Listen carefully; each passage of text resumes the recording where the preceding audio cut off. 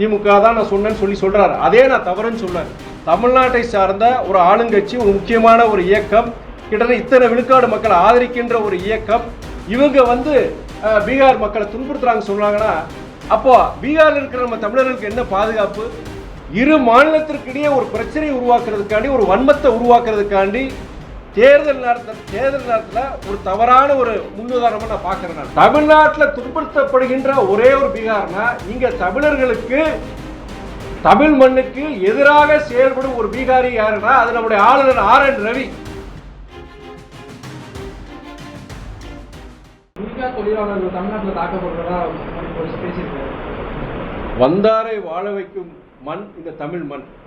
நீங்கள் பீகார் மாத்திரம் கிடையாது, பீகாராக இருக்கட்டும், ஒரிசாவாக இருக்கட்டும், உத்தரகாண்டாக இருக்கட்டும், பல மாநிலத்தை சார்ந்தவங்க இன்னைக்கு தமிழ்நாட்டுக்கு வந்து வேலைக்கு பிழைப்பு கண்டு வர்றாங்க. அவங்க நல்லா உழைக்கிறாங்க, கடுமையாக உழைக்கிறாங்க.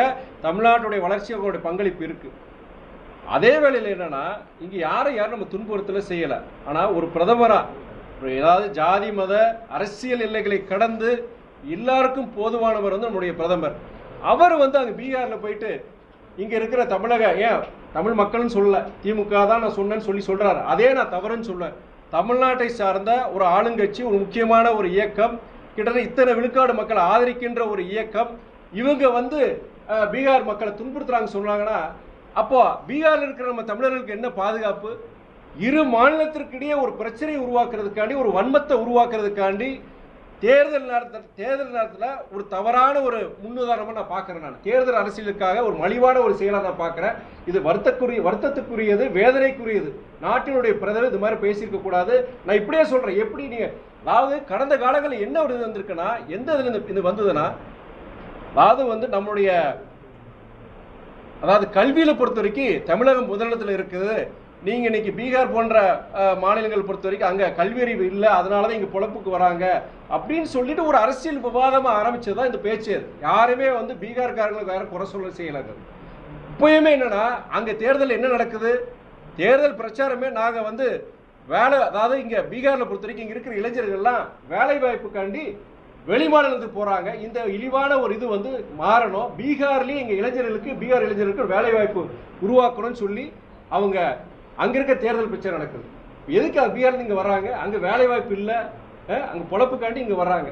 அதுதான் ஒரு அரசியல் விவாதம் ஆரம்பிச்சு. யாரும் பீகார்காரங்க தமிழ்நாட்டில் துன்புறுத்தப்படுகின்ற ஒரே ஒரு பீகார்னா, இங்கே தமிழர்களுக்கு, தமிழ் மண்ணுக்கு எதிராக செயல்படும் ஒரு பீகாரி யாருன்னா அது நம்முடைய ஆளுநர் ஆர்.என். ரவி.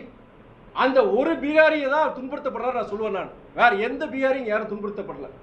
நீங்க அவர் பிரதமர் தமிழ்நாட்டிற்கும் பீகாருக்கும் பிரச்சனையை உருவாக்க பாக்குறாங்க. ஆனா முதல்வருடைய கண்டனத்தை தான் அவர்கள் பாஜக தரப்பினர் சொன்னாங்க. இந்த கண்டன அறிக்கையை தான் இந்த பிரச்சனையை உருவாக்கணும் ரெண்டு மாநில மக்களுக்கு. அது கண்டன அறிக்கை ஆமா. அவரு நீ ஒன்றும் இல்லை, நீங்க யோசிச்சு பாருங்க.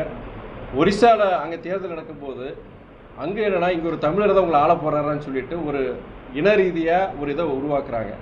இப்போ பீகாரில் தேர்தல் நடக்கும்போது தமிழ்நாட்டில் இருக்கிற ஒரு பிரதான கட்சி, நீங்கள் தமிழர்னு சொல்லலாம்னா தமிழ்நாடு இருக்க ஒரு பிரதான கட்சி, தமிழ் மக்கள் இங்கே வாக்குகள் போட்டு இங்கே அவங்க தேர்ந்தெடுத்திருக்கிறாங்க. அரசாங்கம் திமுகவுடைய அரசாங்கம் தான். இவங்களால பீகாரிகளுக்கு இவ்வளோ பிரச்சனை இருக்குது, பீகாரிகளை அவங்க துன்புறுத்துறாங்க சொன்னான்னா வன்மை எங்கே வரும்?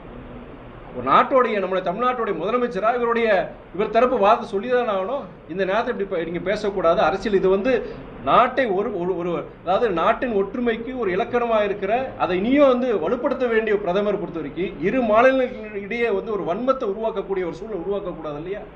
அதை முதலமைச்சர் சொல்லியிருக்காரு. அதை எப்படி சொல்லாமல் இருக்க முடியும்? அதை எப்படி கடந்து போக முடியும்?